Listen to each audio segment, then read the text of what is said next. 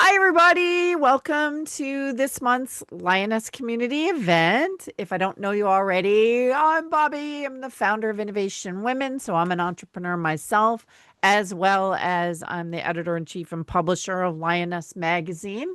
And I'm here today with Laura Grant, who is a so amazing managing editor. I was just talking to Laura beforehand. I'm like, I can't do anything right today.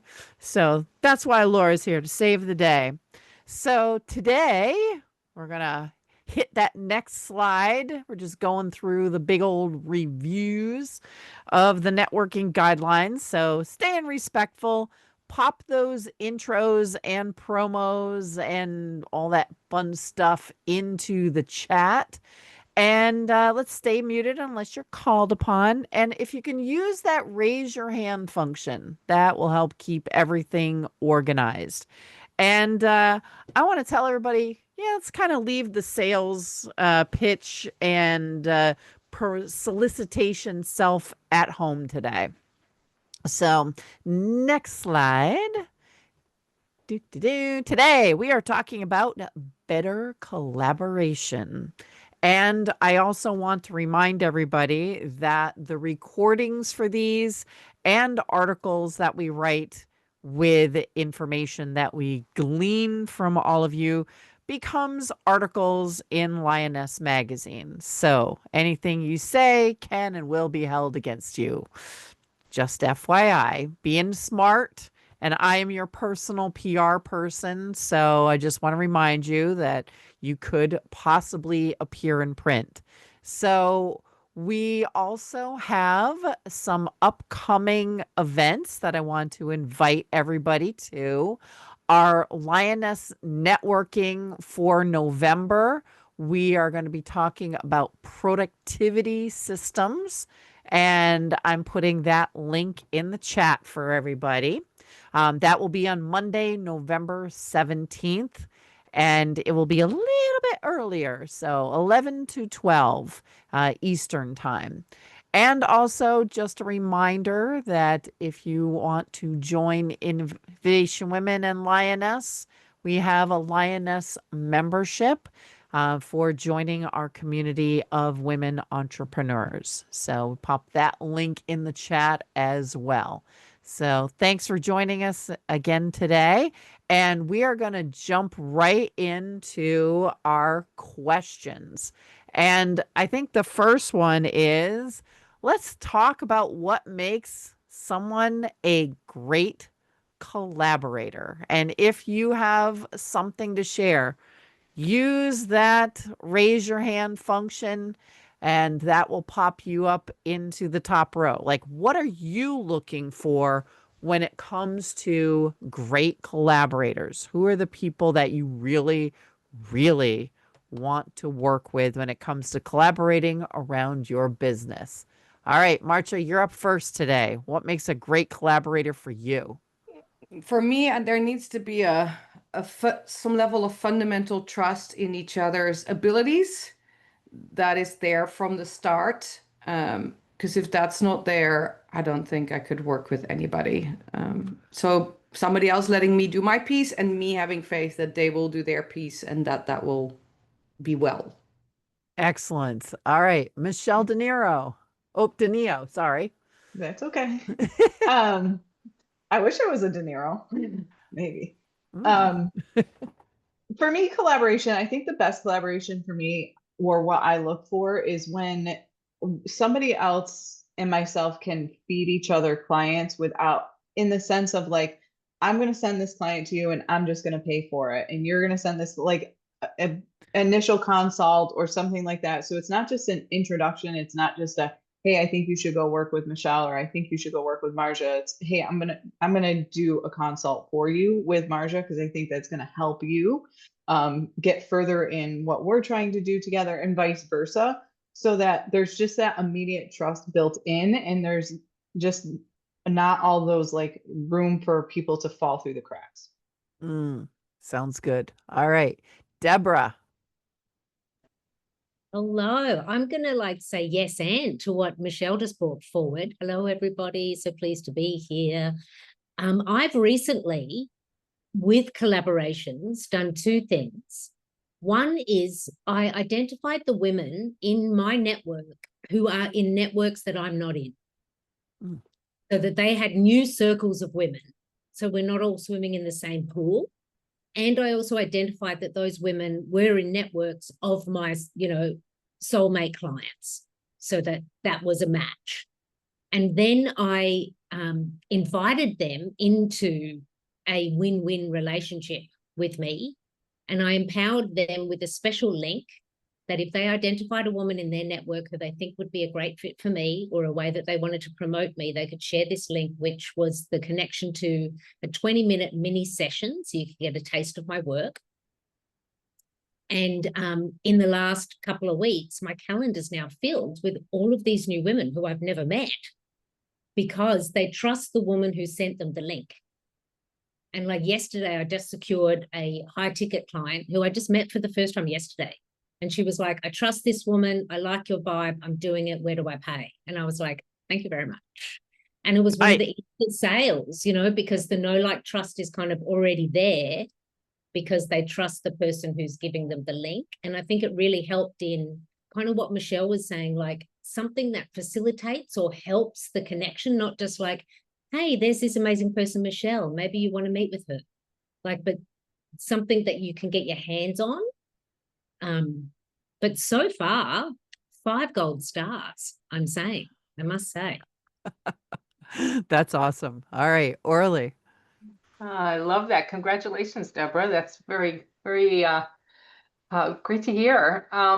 So for me, this collaboration, for me, it's AKA relationship. I mean, the first step is I need to get to know the person. I don't just refer people willy-nilly, and I don't expect people to do that for me either, because you need to at least have a few conversations. See, maybe, one of the things I've tried is to do LinkedIn Lives with people, as you know, Bobby. And um, but what I have started doing is, I have this monthly clarity hour that gives people a taste of what I do. And so I'm inviting people to invite their people, not even you, but just, do you know anybody who's struggling to make their fuzzy clear, who isn't really clear on kind of their messaging, and is, struggling on LinkedIn or with the elevator pitch or what have you. And so to your point, Deborah, you're giving somebody a taste. They get to come into your community, they get to see what you do. And then you can say, hey, why don't we then get on a call and talk further? See how I always approach, and I will say, I will always approach this from the perspective of how can we support each other? Because I'm not looking to just get something from you. I want to learn more about you so that I can also see how we can make a match. Awesome. All right, Felicia. Good morning, ladies. I kind of mimic what Orly just mentioned. I like to build a relationship. So a good collaboration for me is to kind of understand that person's agenda, their mission, what their business situation or their business structure is about, to decide if we fit as a collaborator. But I also like to kind of feel that out to see if they're just not information gathering, because I've been in quote collaborations and it's just more about what they can learn and gather and then kind of mimic and use. So I've learned to really kind of feel them out. And the best collaborator would be somebody that communicates very well. We may have similar goals, but not exact. I like opposites, so that we can actually build and explore and expand our business model. So those are some things that I've noticed that kind of work well for me. Excellent. All right. So one of the things we'd love to hear about is examples of great collaboration. So does anyone have stories about a time that they are willing to share when a collaboration worked really, really well for you? Now, we already heard one from Deborah. That was awesome. But let's hear some other stories about great collaborations. And bonus points for the collaborations you never expected to work out really well. All right, Marcia, got a story for me? Yeah, I've got two, and I expected neither of them to happen or work out. One is current. I said I wanted more work locally. Somebody referred me to this guy who's in the education space. And he's like, well, I think you could do work together. And I'm like, looking this guy up. I'm like, huh? So I meet this guy. We're very different, but I do think we can work very well together. We're basically applied for a grant to do master planning stuff for charter schools in Louisiana because they need to do a whole bunch. So he's the education expert, but the master planning and facilitation was not his thing. And we managed to sell ourselves because of the fresh perspective and new approach, and we got the grant. So that's pretty cool. It was all very fast.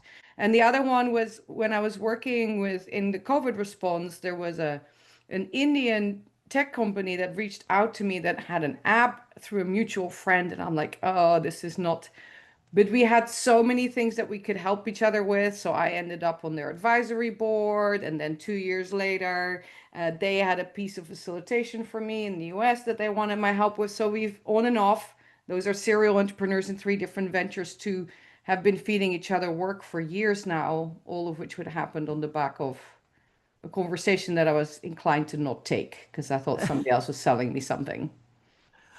I see often what I call the coopetition partnerships where people feel like, oh, that person is a competitor. And yet they sometimes make the best partners. So, anybody have a coopetition story? Mm. Is it Halima? Did I pronounce that correctly? Yes, you actually got it right the first time. Yes. Yes, good job. Yes. Actually, I just today just hung up with Discovery Call, and that how you pronounce it? Coopetition. Coopetition. Coopetition. Because I'm in art. I do digital AI driven artwork, but I also work for a virtual assistance company as a director of operations. And so we're trying to get this client on, and she's telling me we've been nurturing her for a couple of weeks now. So she's telling me about her artwork. So I'm just like, well, my artwork, and we're comparing notes and all the things like that.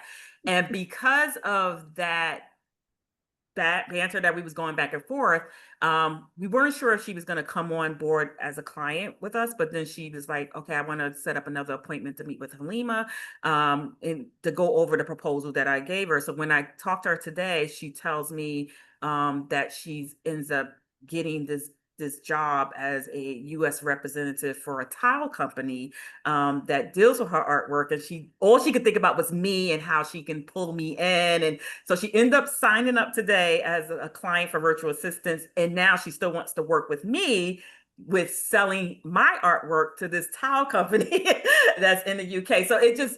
But because initially started off like we was just kind of like comparing notes, and well, I don't like the way that artwork looked. And I was like, well, your artwork is okay. And it was just kind of this bantering going back and forth. But it resonated with her that she kept me in mind. And so now we're going to be collaborating on some work in the near future. So That's great. That's awesome. Deborah. Bobby, the invitation towards story had me going here. It's probably 2 years ago now, I was introduced to a man. His name is Brad Walsh, and his podcast is called Empowerography. And he exclusively interviews women so that his platform is for women's stories and what women are doing in the world. And I can't even remember how I was introduced to him, but I found him to be a really amazing host. Like, he does great research, he's got great questions, he sets you up for success. He's been podcasting for a long time. Like, he's at, I don't know, 780 episodes or something, like he's in the game.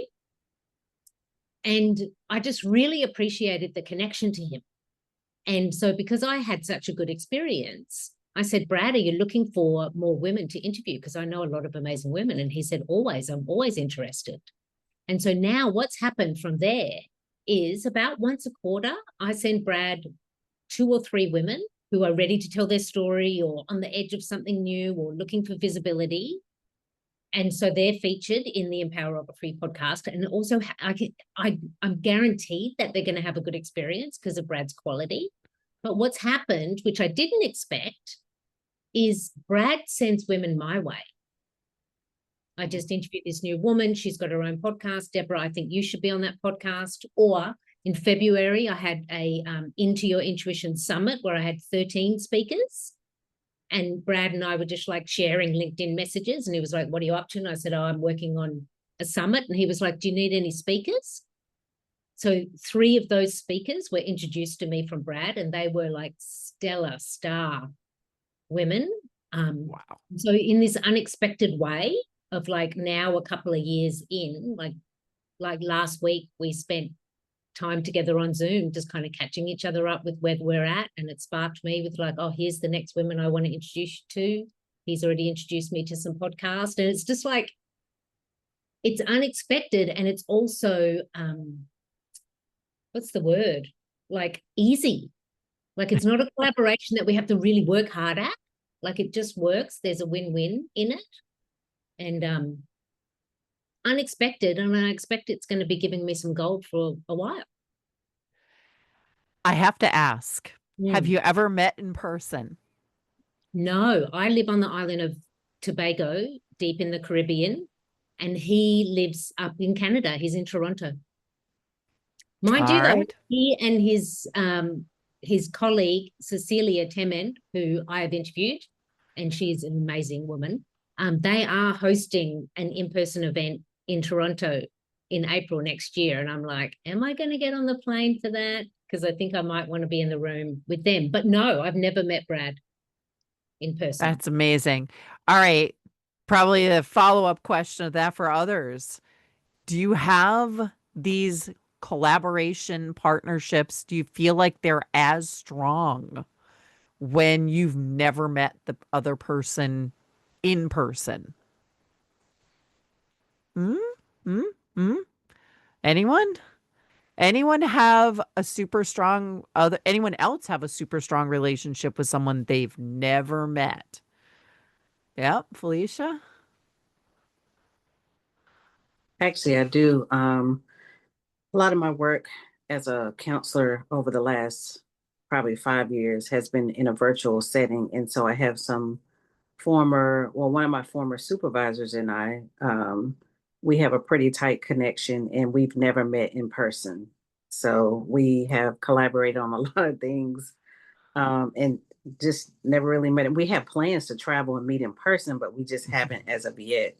So I do think that those relationships can be as strong, right? Especially if you have similar interests. So I would say, yes, I have had that to happen in real life. Excellent. Michelle.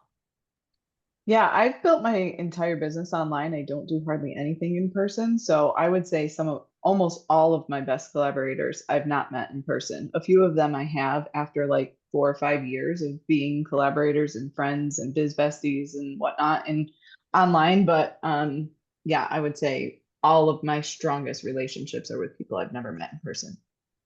Excellent. Orly. So, it's interesting. What I find is so crazy is that I have these relationships with people who also live in Philadelphia who I'd never met. And that's like so insane, right? And so, but as a result of, and this is like a 3-year relationship with somebody that's part of this mentoring group that I've been part of.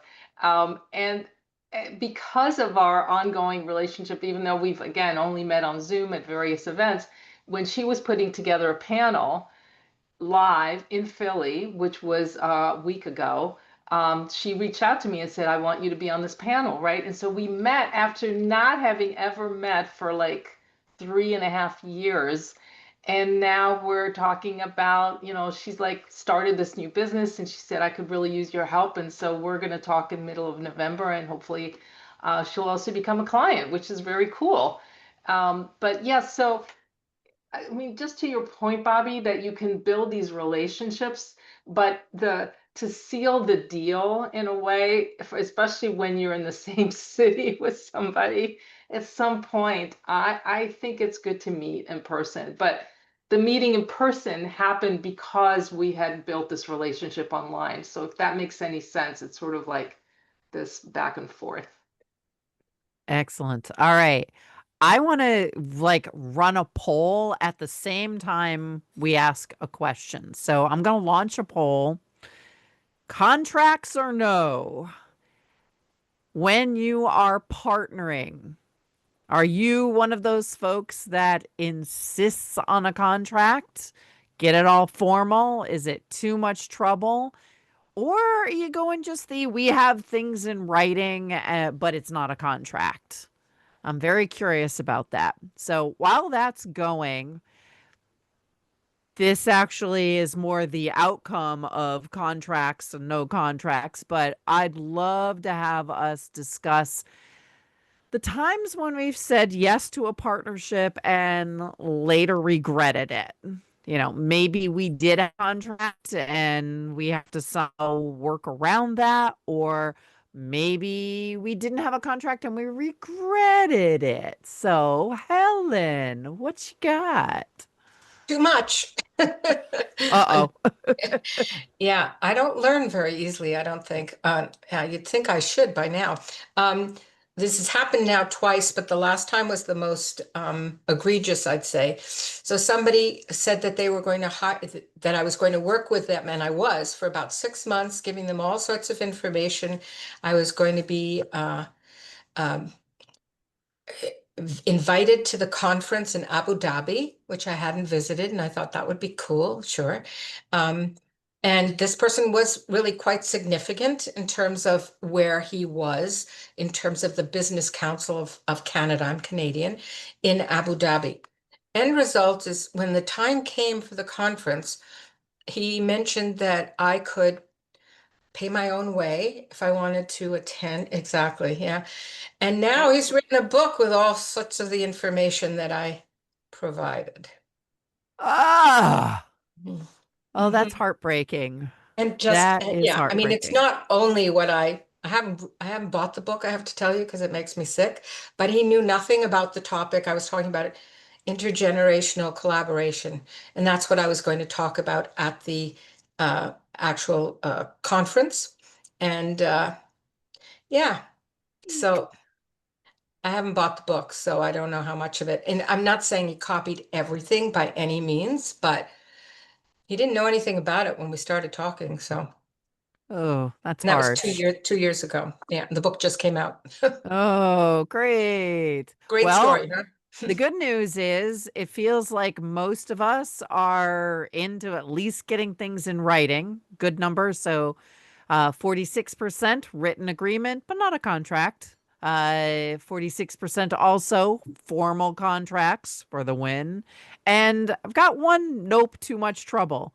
Now, I'm not going to call anybody out on this, but if anybody who has gone into a relationship and doesn't have a contract, like how did that work out for you? And Helen, did you have any kind of anything in writing? I did, but I didn't have a formal contract. Mm, okay. All right, Orly.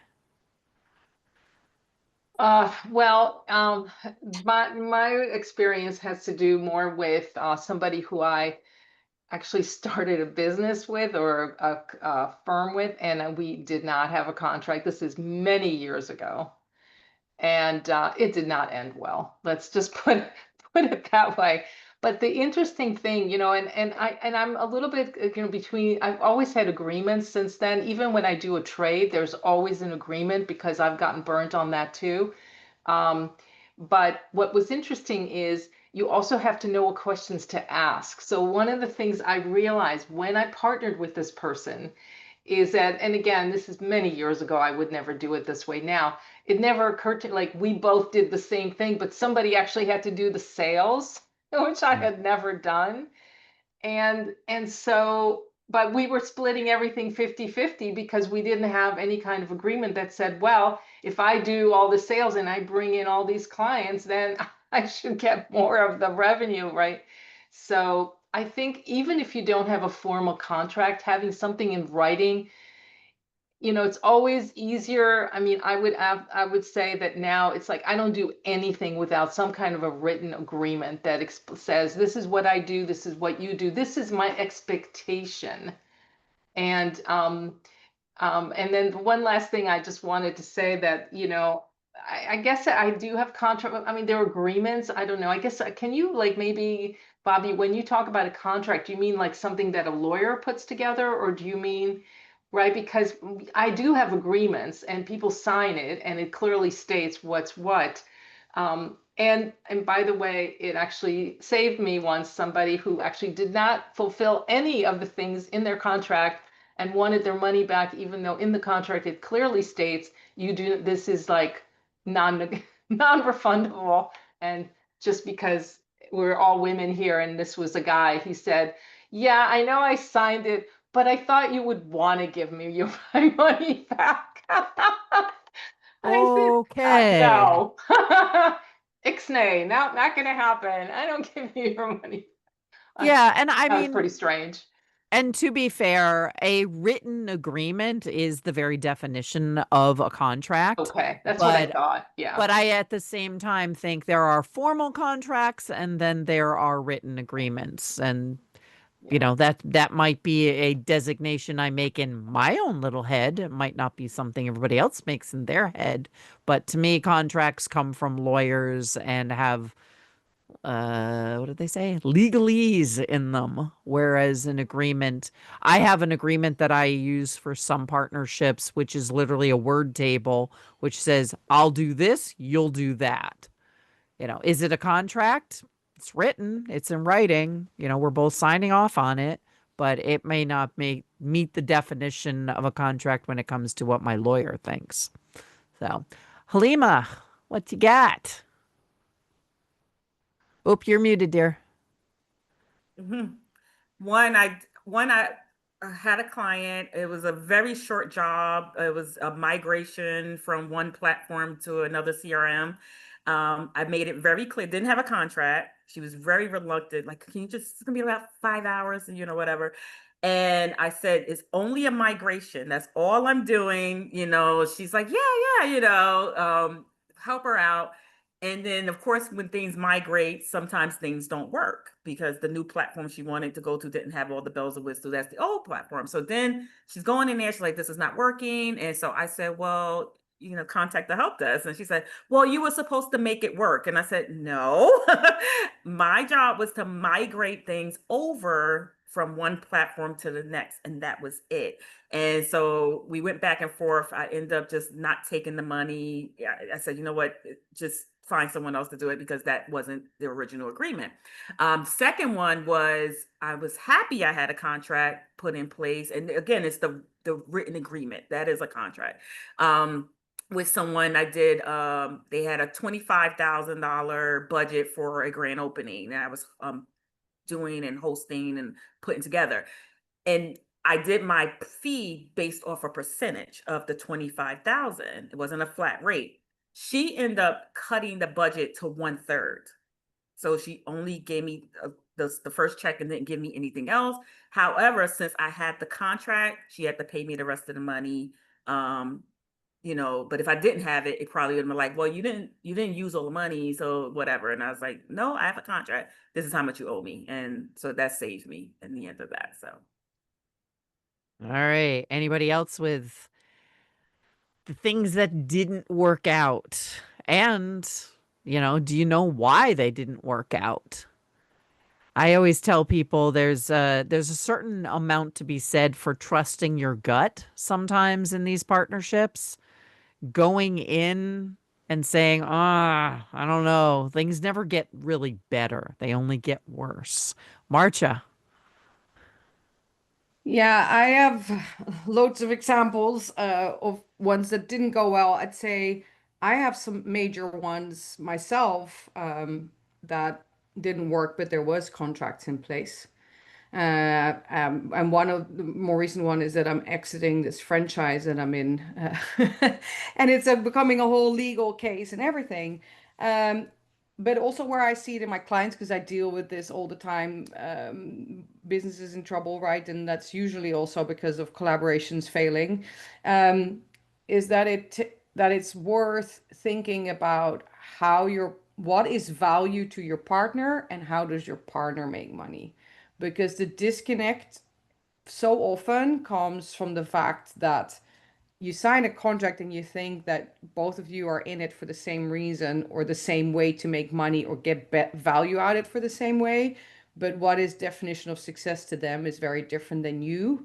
And that's where things fall apart. And a contract is great. I've seen many of them also not being worth the paper they're written on, right? So I think having an exit clause can help you, because we stay too long in relationships that don't work. If you have an exit clause, it's usually easier to step out. So maybe that's more important part of the contract than what is delivered.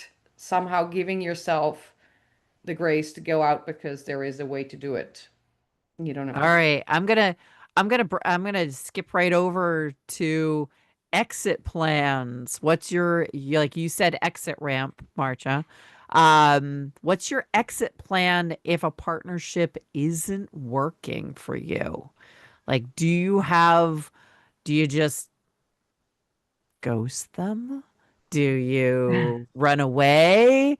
Do you go, hey, it's time that we really part ways? Like, how do you run away from a partnership that isn't working? In the personal space, particularly in the family space, I'm very good at making things quiet and not having the difficult conversations. In business, I do the opposite. I don't. I believe the only way to then deal with it is pull off the band-aid, and not assign fault, but just call it out what it is. Right? This isn't working. And if I have contractual means, say, if I read it my way and interpret it, I think this is the out. I'm willing to talk to you to make, to work with you to make this work on both sides. But I just want to be done with it and try with a conversation. And 80% of the time that actually works, because I think all sides are typically right. Uh, If a and if you partnership isn't working, it might not be working for them either. Yeah, and so, but it's forcing yourself to call it out and not let it drag on, because as there's more resentment build up because it's lasted longer, it's much harder to dissolve, because then everybody wants their pound of flesh. Oh, wow. All right. Lima, you're up. Yes, and I totally agree because I'm in a space where things just simply have to align with me. And remember that statement of what is your ideal client or your perfect client? It's like, all money is not good money, right? So with professionally, I will be upfront with you and say, hey, I don't think this is working. We may look at ways to salvage, like, what do you think I could do different, or what you can do different if that can help. But if not, I would be willing to exit. Personally, everyone is welcome to the block party when it comes to the to the personal side of it, because I'm very, like, if my energy is if you disrupt my energy, I'm just quick to just cut you off on a personal level. But professionally, I do have some decorum. So All right. Felicia.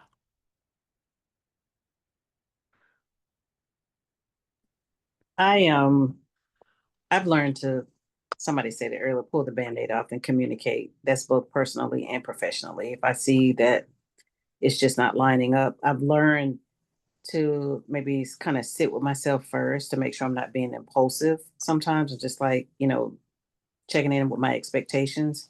So I do that. I check in with my expectations. I revisit, what do we agree upon? And then third, I go ahead and communicate. If I see that kind of falling off the rails, I don't waver in communicating with that. Now, I had to grow into that space, because sometimes it takes confidence to say, hey, look, this doesn't work for me, and then sometimes that can open up a conversation to be had to see what needs to be improved in order to kind of regroup and maybe go forward. So I've had to do that recently with the VA that I have. I just didn't feel like I was getting the best service. And so I had to, hey, this is what I'm thinking about doing. And if this can't happen, then bye. So I've just learned to do those few things. And that seems to kind of help out, just really communicating a lot. All right. Jennifer, hello. Hello, in person. Hi. So I go about it a little bit differently. I think about my exit strategy from the start. I've had enough, business partnerships or collaborations kind of go south. So in the beginning, right from the start, I insert, just a little agreement or uh, clause in the written agreement. Usually it's not a contract, or it's a written agreement for me too, but just saying, hey, we're going to revisit this partnership quarterly, every 6 months, annually, depending on what the partnership is, and how much time or the importance that it has to both of us. So that gives us both an opportunity to say, hey, this isn't working for me, or that you have a conversation coming up where it's an out, essentially, without it being uncomfortable or unnatural. It's coming for both of us. That sounds like the business prenup. Yes. Is it? Yes. Yes. I like that. All right. I'm launching another poll. What's your inclination, folks? Things aren't going well. Leave now, or is it a salvage mission? What do you think? I'm so curious. And I'm not going to lie, it depends. How much do I really need it? Okay, very cool. All right, I'll let that go for a minute. Now, is there some kind of collaboration that you're looking for right now? Like, what kind of thing would really support your goals right now? Talk to us about what makes sense for you. Like, what are the things that you're looking for right now? I mean, I am happy to start off with that. I'm looking for women's organizations and organizations of event managers. So I want to try and move Innovation Women more into the group sales. So those are the people that I'm seeking out. And obviously, we're offering all kinds of tools inside Innovation Women and Lioness. And we've got everybody's answered the poll. Some of you guys are so much better as people than me, because I'm totally I'm gonna just, nope, we're done here. That's my feeling. I haven't got the time to fool around with it. So we've got about 2/3 of you are like, I'm gonna try and salvage it. I'm a better person than Bobby. All right, so what kinds of things are you looking for right now? What are the things that would help you out? Anybody? Anybody want to share? Maybe your collaborator is in the room right now. Share away. Yeah, all right, Orly. What you looking for these I'll take days? this. Yeah. So, I'm actually looking for two different things. One is the speaking, specifically around messaging and how to cut through the noise. And my keynote is I can't hear you, how to stand out in a 5-second world. So I would love to have more opportunities to speak to corporations and events, not necessarily conferences, but I'm really looking to get into organizations where I can work with larger groups. And then from the consulting end, I'm looking to partner with people who are working with entrepreneurs and need this piece that they don't have. So they typically would do something around the finances or strategy or business development, but I could bring in my piece of the whole messaging and LinkedIn rebrands and how to really build your voice and all of that. So those are the All kind of right. two things. Thanks. Oh, Deborah. Thanks for the opportunity. Yeah, so at the moment, I'm looking to be speaking on online summits or podcasts. And I say online because until the north gets warmer, I'm not going up there in winter. I'm not going up until at least April. Anyone can come here if you wish. But I speak about two things mainly. One is the comeback of intuition in leadership, how we're weaving intuition into leadership, guided by intuition, grounded in strategy. That's one thing that I speak about. And then the other thing I speak about is women reclaiming heroine status and recognizing that by default, because of the world and how it's been for generations, we've either been in default roles as supporting role, sidekick, or victim. And how do we recognize that and then shift into heroine status, so we're the main character of our story, and we all know it's the heroine who drives the story forward, and it's the heroines that are currently saving the world. So I'm just going to put that right there. So All right. speaking opportunities online would be appreciated. Excellent. Okay. Felicia. Oop, muted again. I'm looking for the same speaking opportunities, preferably in a virtual setting, but also in person. But more of what I'm looking for is the team, right? The virtual assistants that I really need in order to kind of seek those opportunities on a regular basis. And I'm also looking for what I feel like might be what I call maybe like a client engagement person to kind of engage the clients that I currently have. I'm finding that, as a CEO and a counselor and an author and the things that sometimes my time is short. So I really need a strong foundation of PR, kind of like a collaborator as far as that part, the marketing, but more, like I said, more so a good virtual assistant to kind of help support those other goals. All right. And Halima's going, hi. All right, Jennifer. Hey, I'm an expert in burnout recovery and stress management for Gen X women. And I'm looking for two different types of collaborators. One is people who have also built audiences of Gen X women who are business owning or in leadership positions to help me grow my visibility. And I would like to help do the same for them. And the second type is content support. I'm looking for somebody who has a strong social media content background that is consistent and reliable. All right, Marcia. Yeah, I actually kicked off quite a lot of new collaborations recently. So, but the one thing I am interested in is somebody who plays in the same space as I do and who would be willing to share some back office support, because I think the caliber I need, I will get better caliber if we get a team doing it for a few of us, because there's too much variety in the tasks.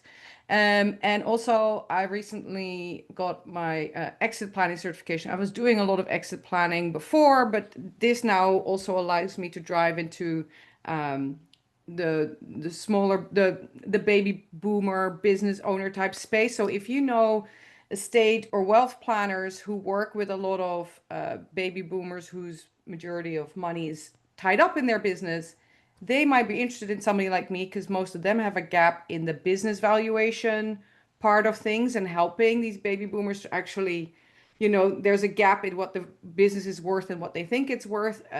I can help them close that gap, and I'm not a competition for these wealth or estate planners because I don't want a 20-year relationship with these people. So if you have or know people who play in that space, I would love to get introduced to them, because I might be a good partner for them and they might be a good partner for me. Excellent. All right. I always think that we're so well served when we can very specifically identify our best clients or our best partners. So, Helen, you're up next. So I'm in the bloody north, Deborah, way up in Canada, and I love the cold, fortunately. And so I don't mind traveling anywhere in order to get opportunities to speak. I really feel like there's something wrong with my Zoom as well. So I apologize. Can you hear me? We can still hear you. Okay. You can't Yeah. see you anymore, but we can hear you. Yeah, unfortunately, I'll come back. It seems I can't get this fixed, but anyway, to talk, the mission is really to promote age equity, to help more people understand the importance of the contributions that older people can actually continue to make, because we've got this demographic shift to older and our fertility rates are going down. So exposure to workforces and organizations that could benefit from understanding about longevity and having perhaps chief longevity officers or succession planning to conferences and so on like that would be really hugely beneficial, especially if it's not only in Canada. And the other thing is I'm working on creating a longevity hub here in Ottawa. And so I know this may be new to some of you, but if you happen to know of people who are involved in this space, I would really welcome opportunities to speak with them, to collaborate with them, and find out more about what's working where they are compared to where we are. Thank you. Excellent. Is it Alicia? Alicia, yeah. Alicia. Hi. Thank Yeah. Yeah. Hello. So I'm in the autoimmune health coaching space and have been working on my framework. I used to heal my body. I've been in remission for 8 years. And talking to my husband, he's like, I think the next step really for you is to try to find a bigger partnership, maybe with a healthcare company or something along that, to really kind of use a different approach compared to the traditional medicine approach. So looking for those type of partnerships potentially. I don't even really know where to start. I'm a PhD scientist originally. So this is like, whoa, what's the next step there for me? So feel free to message me if you have some ideas or connections you recommend I make. So thank you. Very cool. All right. Isioma. Hi, everyone. I think I just missed the intros at the beginning, but I've loved the conversation. I'm a leadership consultant. I focus on innovative leadership. And what I really love is intros to executives, mostly mid-sized organizations. That tends to be my sweet spot, that want to develop their new managers. Because I do a lot of work around both preparing them with the actual skills that people need to manage people and lead people effectively, and then we roll in things like AI literacy, which allow them to be effective in our current world. So yes, happy to chat with anyone afterwards. Excellent. Anyone else want to share their perfect partner? What kind of collaboration would support your goals right now? Put your wishes out there. So, all right, Halima. I think I've already heard some people that want to partner with you. So yeah, that's okay. So I am director of operations of Moxie Virtual Solutions. But that's my day gig. What I would really love is if someone knows someone that does brand management, because I would love to see my artwork on murals, wallpaper, and even in like stores like Target. But to get into those spaces, you need the management for that. So I can't just like walk up and show my work. So that would be a dream come true for me to see that happening. Very cool. All right. So, folks, are there any guardrails, boundaries that you are putting out there as you are going into these conversations? And it isn't necessarily the things that you put into a contract, although they could be. Are there things that you're like, you know what? I'm never going to partner with somebody who's a night owl because they're dangerous to my health? Or are there things that you say, nope, not going there? Yes, always doing that. So I have to admit, I'm always very cautious about certain partnerships where there is an expectation of I am going to also do all the marketing for the partnership. Because I find that a lot of people come into the partnership and they're like, hey, so you do marketing. You could do all the marketing for our partnership. No. Halima. For me, that don't respect my boundaries, work life boundary, communication. They send a email out at 9 p.m. and, if I respond in the morning, it's, well, I sent it last night and I needed the answer or whatever. Yeah, I don't, I can't work with people like that. You got to respect my Yeah. house. Yeah. Yeah. I'm definitely the person that would send it out at 9 o'clock at night, but I would also not be the person expecting an immediate answer. Yeah. which is fine. You can send it whenever, Yeah. but just have, because I give you like my hour operations. But I think what happens is sometimes I'm up and I will be working and they can see and they just, oh, well, you're fine. And I'm like, no, that's just because I was bored and wanted to get ahead of the game. That's it. Exactly. Back me up, Laura. I'm very adamant. I might be sending emails at 10 o'clock at night or worse, but I don't want an answer. And actually, I yell at people for answering. Yell. And the Bobby yell. All right, Michelle. One of the things that's a hard no for me is if people aren't actively trying to build their audience as well. I see a lot of like the same along the lines of the marketing, but a lot of people that want to collaborate when they know you have a community, they know you have an audience, and they're not really, they say they have a community, but there's really no trust built in there. They're not bringing anything to the table. And I think if they can't verify that audience to me or verify what they're doing to build trust inside of their own audience, aside from just tapping into mine, then I'm pretty much out. All right. That's a good one as well. Deborah? Again, I agree with you, Michelle. I think we're playing tag team today. Something for me is when I get the feeling that the person is expecting that I'm going to hold the mother load, that it's actually not like a shared collaboration, because that can happen to me a lot. Of people are like, oh, Deb's amazing and she's got it and she can do it. And so I'm just really clear about that now, about who's responsible for what. And the other thing I like to smell out pretty quickly is if for the other person it's transactional and they're interested in the money. Like if it's all about the money and it's not actually about developing relationship, getting to know each other's business, like win-win, all boats rise, like if that energy is not there and they want to ask about the referral fee or when they're going to get paid, like any of that, that's red flags for me. And I'm just like, exit stage left.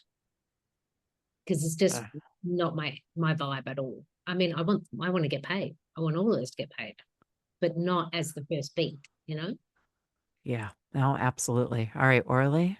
Yeah, totally agree with you on that one, Deborah. And I've had those kinds of conversations. You can tell right away that this is where they're coming from. Someone else had mentioned, and I can't remember who, but because I'm on LinkedIn all the time, and that's my place. And if you have less than 500 connections and you have no post or you've got nothing going on in there, that's usually a red flag for me. Because it's back to, was it you, Halima, who said, I can't remember now, about they're trying to build their community on yours. I can't remember who said it now, but anyway, so the idea is, they're kind of looking to piggyback because I've got these connections. And so it needs to be apples to apples, for the lack of a better, right? It needs to be an apple to apple conversation. And then there's one other thing, and I've rarely run into this, but when I have run into it, it's always surprising that someone doesn't actually know what they do and they think they do what I do. And they're trying to tell me, right? So instead of looking at this as a collaboration, and I'm thinking of actually a web designer that I talked to, and they're like, well, I do brand strategy. No, you don't. Just like I don't do web design, right? And I've actually done web design, but you're not a brand strategist. And also the last thing on that one, they were charging such ridiculously low prices that there is no way that we could collaborate because they don't even understand the value of what they're bringing. So those are all the red flags for me. All right. Okay, we've got a few more minutes, and I do want to let everybody go to their next thing on time, maybe even get a break. And any last tips that we would want to share with the world at large? Don't forget, we are a magazine. We do put together articles from these. Is there a tip that you have in particular for other women entrepreneurs, that's our target audience, that you would want to share? Big tips, little tips, don't forgets. Marcia? Yeah, I'm also one who asked for this topic, but I had a rough summer and I was willing to kind of throw my head in the ring. And I want to do this by myself, but also really missed working with others. And I actually put out what I always tell my coaching clients to do. I actually declared intent. So I put it out there that I missed working with other people. And it started to happen. And I got proposals for collaborations that didn't initially make sense, but people brought me connections and stuff that have been largely at least energizing and successful. Even if it was good conversations and wasn't stupid suggestions, right? Where I'm like, maybe timing or whatever was off. And actually, I have been formally requested last week. This is a 3 oil executive who started a company. I was in some bids with them at the early part of the summer, so that's where the collaboration started. They've now asked me to become their 4th partner. That was a Nice. 2.5 month period. I didn't see that coming at all. So that was from me declaring intent. Excellent. All right, Orly. So for me, it's please charge what you're really worth. Please don't undercharge ever. Here's the thing, and I'm, as you know, Bobby, I'm writing this book. This is my 2nd book, and it's called Why Not Me? The Female Guide for Entrepreneurship. And I have interviewed 44 women across the country, throughout parts of the world, and I am telling you, every woman who undercharges, here's what happens. You are making it harder for the next woman who comes along to charge what she's worth. If you don't know what you're charging, please find out. Please see what other people are charging. I have a whole chapter just on this because it is such a huge issue. And I've actually been in networking spaces where somebody's telling me how excited they are because they charge $25 for a 3-day workshop or something. I'm like, oh my God, make it stop. So yes, that's the thing, really. All righty, Deborah. I say dare to dream. Like make a dream list of like 3 to 5 women who you're like, I would love to collaborate with them. And maybe not like reach out straight away, but maybe start to get into their world or whatever. Because I did that recently, inspired by a mentor coach. And one of the women on my list, I had a conversation with this week. And I thought that she was way out of my league, but it was like, I put my hat in the ring, put my hat in the ring. So I say dare to dream. Maybe it's bigger and better. All right, love it. And Halima, finish this up. You had a tip? The tip that I have as women is when you wake up in the morning, do not check your email. do not. First thing you need to be doing is meditating, planning your day out. I take a walk. I don't even start my day before I take my walk. I have to take a walk and just, that's my time because trust me, I used to be the email checker and be in the middle of the night and all the things. And it's just not, it's not good for your mental health or well-being. So. All right. Excellent tip. And thank you all for joining us today. These recordings and the articles that go with them are part of Lioness Magazine, and we appreciate your contribution, and hopefully some collaborations might come out of this. So thanks again, everybody. Take care and have a good day.